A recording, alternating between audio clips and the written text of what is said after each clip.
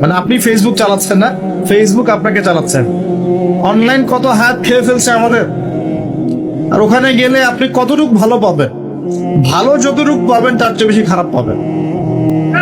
হয়তো বলতে পারেন ভাই আপনাদের লেকচার শুনছে অনলাইনে, শুনছেন ঠিক আছে, লেকচার শুনলেন ভালো কথা আলহামদুলিল্লাহ। একটু পর দেখবেন একটা নগ্ন মেয়ের ভিডিও চলে আসতেছে, একটা গান চলে আসতেছে, আর এগুলো সব অ্যালগোরিদম।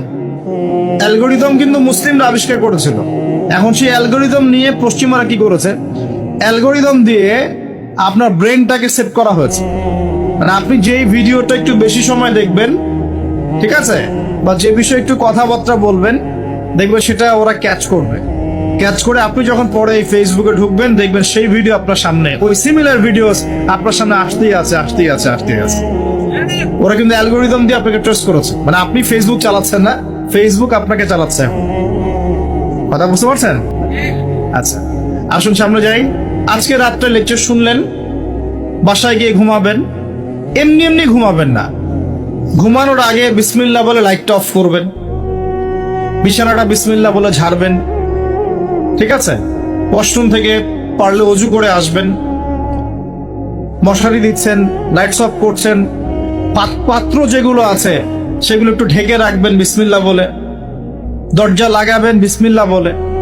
এরপর 3 বার পড়বেন সূরা ইখলাস একবার, সূরা ফালাক একবার, সূরা নাস একবার, পরে হাত একত্রিত করে ফু দিয়ে গা মাসাহ করবেন। এই কাজটা 3 বার করবেন। একবার আয়াতুল কুরসি পড়বেন, সূরা বাকারার 255 নম্বর আয়াত, আল্লাহু লা ইলাহা ইল্লা হুয়াল হাইয়ুল কাইয়ুম, এটা শেষ পর্যন্ত। এরপর সূরা বাকারার শেষের 3টা আয়াত পড়বেন, লিল্লাহি মা ফিস সামাওয়াতি, এখান থেকে ফানসুরনা আলাল কওমিল কাফিরিন পর্যন্ত। তারপর ডান কাতে পাশ ফিরবেন, বলবেন আল্লাহুম্মা বিইসমিকা আমুতু ওয়া আহইয়া। হাত নিবেন, হাতে গুনতে থাকবেন সুবহানাল্লাহ সুবহানাল্লাহ সুবহানাল্লাহ 33 বার, আলহামদুলিল্লাহ আলহামদুলিল্লাহ আলহামদুলিল্লাহ 33 বার, আল্লাহু আকবার আল্লাহু আকবার আল্লাহু আকবার 34 বার। ঘুমিয়ে যাবেন। এখন যদি আপনি 6 ঘন্টা ঘুমান, আপনি নবী সাল্লাল্লাহু আলাইহি ওয়াসাল্লামের সুন্নত অনুযায়ী ঘুমিয়েছেন, প্রত্যেক ঘন্টা ঘুমানোর জন্য আল্লাহ আপনাকে নেকি দিবেন ইনশাআল্লাহ। এমনি ঘুমালে নেকি হতো না, রেস্ট নেওয়া হতো। আমি একজন ব্যক্তিত্বের কথা বলছি, যার প্রতিটা কাজ অনুসরণ করলে ইনশাআল্লাহ জানা অনুযায়ী আমলটা হয়ে যাবে, আল্লাহর কাছে আমরা মাকবুল হব ইনশাআল্লাহ। পারা যাবে ইনশাআল্লাহ। ঘুম থেকে উঠলেন, এমনি এমনি উঠে চলে যাবেন না। উঠেন, বসেন, বসে ঘুমের ভাব দূর করেন, দূর করে বলবেন আলহামদুলিল্লাহিল্লাযী আহইয়ানা বা'দামা আমাতানা ওয়া ইলাইহিন নুশুর। এবার বাথরুমে যান। বাথরুমে গিয়েই, বাথরুমে ঢুকে গান গাওয়া শুরু করবেন না। বাথরুমে ঢুকেই বাম পা দিয়ে ঢুকবেন, ঢোকার সময় বলবেন বিসমিল্লাহ, আল্লাহুম্মা ইন্নী আউযু বিকা মিনাল খুবসি ওয়াল খাবাইস। বাথরুমে কিন্তু জিন শয়তান থাকে। বাথরুমে কি থাকে? বিজ্ঞান এটা প্রমাণ করতে পারে নাই, এগুলো নাসা বিশ্বাস করবে না, কিন্তু আল্লাহর রাসূল যেহেতু বলেছেন আমরা বিশ্বাস করব। বিজ্ঞান কি সব আবিষ্কার করতে পেরেছে? বিজ্ঞান কি সব আবিষ্কার করতে পেরেছে? বিজ্ঞানের আবিষ্কার কত পার্সেন্ট? এই মহাবিশ্বের 1%ও না। মহাবিশ্বের 1%ও না। আমাদের দেহের মধ্যেই যে রুহটা আছে, এই রুহটার কি কোনো ব্যাখ্যা করতে পারা গেছে? রুহটা কেমন, কঠিন না তরল না বায়বীয়, ব্যাখ্যা করা গেছে? ইয়াসআলুনাকা আনির রূহ কুলির রূহু মিন আমরি রাব্বি ওয়া মা উতীতুম মিনাল ইলমি ইল্লা কলিলা। আল্লাহ পাক বলছেন, হে নবী, তারা তোমাকে রূহ সম্পর্কে জিজ্ঞাসা করে, আত্মা সম্পর্কে জিজ্ঞাসা করে, তুমি বলে দাও এটা তোমার রবের আদেশ মাত্র। রবের আদেশে এসেছে, আদেশেই চলে যাবে। আর এ বিষয়ে তোমাদেরকে বেশি জ্ঞান দেয়া হয় নাই। তাহলে এই জ্ঞান কি দেয়া হয়েছে আমাদেরকে? জ্ঞান দেয়া হয়নি। আর জ্ঞান কি আমরা নিজেরাই প্রডিউস করি না আল্লাহ পাক জ্ঞান দেন? কোনটা? আল্লাহ পাক কি বলছেন? আল্লামাল ইনসানা মা লাম ইয়ালাম। মানুষকে আল্লাহ পাক সেই জ্ঞান শিক্ষা দিয়েছেন যা মানুষ জানতো না। তার মানে সৃষ্টিগতভাবে আমরা জ্ঞানী ছিলাম না। আদম আলাইহিস সালামকে সৃষ্টি করে আল্লাহ পাক কি করছেন? ওয়া আল্লামা আদামাল আসমা কুল্লাহা। আমি আদমকে সৃষ্টি করে তাকে সমস্ত নাম শিক্ষা দিয়েছি, আল্লাহ পাক বলছেন। আদম আলাইহিস সালাম কি সৃষ্টিগতভাবে জ্ঞানী ছিলেন, নাকি আল্লাহ পাক তাকে জ্ঞানী করেছেন? কোনটা? আল্লাহ পাক জ্ঞানী করেছেন। সো জ্ঞান কার পক্ষ থেকে আসে? আল্লাহর পক্ষ থেকে। এটাই হচ্ছে ওয়াকুলিল হাক্কু মির রাব্বিকুম, হক বা সত্য জ্ঞান তোমার রবের পক্ষ থেকে আসে। ফালা তাকুনান্না মিনাল মুমতারিন, তুমি সন্দেহবাদীদের অন্তর্ভুক্ত হয়েও না, আল্লাহ পাক বলছেন। তো বাথরুমে জিন থাকে এটা বিশ্বাস করলাম তো, এবার দোয়াটা পড়লেন, এবার আপনি ইস্তেঞ্জা সারলেন, তারপরে বের হওয়ার সময় বলছেন গুফরানাকা, কি বলছেন? গুফরান। আরেকটা দোয়া আছে, আলহামদুলিল্লাহিল্লাযী আযহাবা আনিল আযান ওয়া আফানি গুফরানাকা। ওযু করবেন, ওযুর আগে বলবেন বিসমিল্লাহ। ওযু করার সময় খুব বেশি পানি অপচয় করবেন না, কারণ অপচয়ে সবচেয়ে পটু জাতি এখন মুসলিমরা। অপচয়ে সবচেয়ে পটু জাতি মুসলিমরা। রাষ্ট্রীয় সম্পদ অপচয় করে, গ্যাস অপচয় করে, তেল অপচয় করে, পানি অপচয় করে, সময় অপচয় করে, সবই অপচয় করে। নিজের হায়াত অপচয় করে। এই তরুণ যুব সমাজ নিজের হায়াত অপচয় করে, অপচয় করে না? অনলাইন কত হায়াত খেয়ে ফেলছে আমাদের। আর ওখানে গেলে আপনি কতটুকু ভালো পাবেন? ভালো যতটুকু পাবেন তার চেয়ে বেশি খারাপ পাবেন। ভালো যতটুকু পাবেন তার চেয়ে বেশি খারাপ পাবেন। হয়তো বলতে পারেন, ভাই আপনাদের লেকচার শুনছি অনলাইনে। শুনছেন ঠিক আছে, কিন্তু লেকচার শোনার মাঝখানে অ্যাড চলে আসে না? লেকচার শুনলেন, ভালো কথা, আলহামদুলিল্লাহ। একটু পর দেখবেন একটা নগ্ন মেয়ের ভিডিও চলে আসতেছে, একটা গান চলে আসতেছে। আর এগুলো সব অ্যালগোরিদম। অ্যালগোরিদম কিন্তু মুসলিমরা আবিষ্কার করেছিল। এখন সেই অ্যালগোরিদম নিয়ে পশ্চিমারা কি করেছে? অ্যালগোরিদম দিয়ে আপনার ব্রেনটাকে সেট করা হয়েছে। মানে আপনি যেই ভিডিওটা একটু বেশি সময় দেখবেন, ঠিক আছে, বা যে বিষয়ে একটু কথাবার্তা বলবেন, দেখবেন সেটা ওরা ক্যাচ করবে। ক্যাচ করে আপনি যখন পরে এই ফেসবুকে ঢুকবেন, দেখবেন সেই ভিডিও আপনার সামনে, ওই সিমিলার ভিডিওস আপনার সামনে আসতেই আছে। ওরা কিন্তু অ্যালগোরিদম দিয়ে আপনাকে ট্রেস করেছে। মানে আপনি ফেসবুক চালাচ্ছেন না, ফেসবুক আপনাকে চালাচ্ছে এখন। কথা বুঝতে পারছেন? আচ্ছা, আসুন সামনে যাই। এবার ওযু করলেন, প্রথমে বিসমিল্লাহ বললেন, শেষে বলবেন কি? আশহাদু আল্লা ইলাহা ইল্লাল্লাহ ওয়াহদাহু লা শারীকা লাহু ওয়া আশহাদু আন্না মুহাম্মাদান আবদুহু ওয়া রাসূলুহু। তার আগে মেসওয়াক করে নেবেন। কি করবেন? মেসওয়াক মানে ব্রাশ, ঠিক আছে, কোনো সমস্যা নেই। ব্রাশ করছেন, ওকে, আদায় হয়ে গেছে ইনশাআল্লাহ। মুখ পরিষ্কার করা, দুর্গন্ধ দূর করা। এই যে ওযু করলেন সুন্দর করে নবী সাল্লাল্লাহু আলাইহি ওয়াসাল্লামের মতো, আল্লাহর নবী বলছেন যে ওই ব্যক্তির জন্য জান্নাতের 8টা দরজা খুলে যাবে ইনশাআল্লাহ। জান্নাতের 8টা দরজা ওই ব্যক্তির জন্য খুলে যাবে ইনশাআল্লাহ তাআলা। এবার আপনি কাপড় পরছেন, এমনি পড়লেন নাকি না?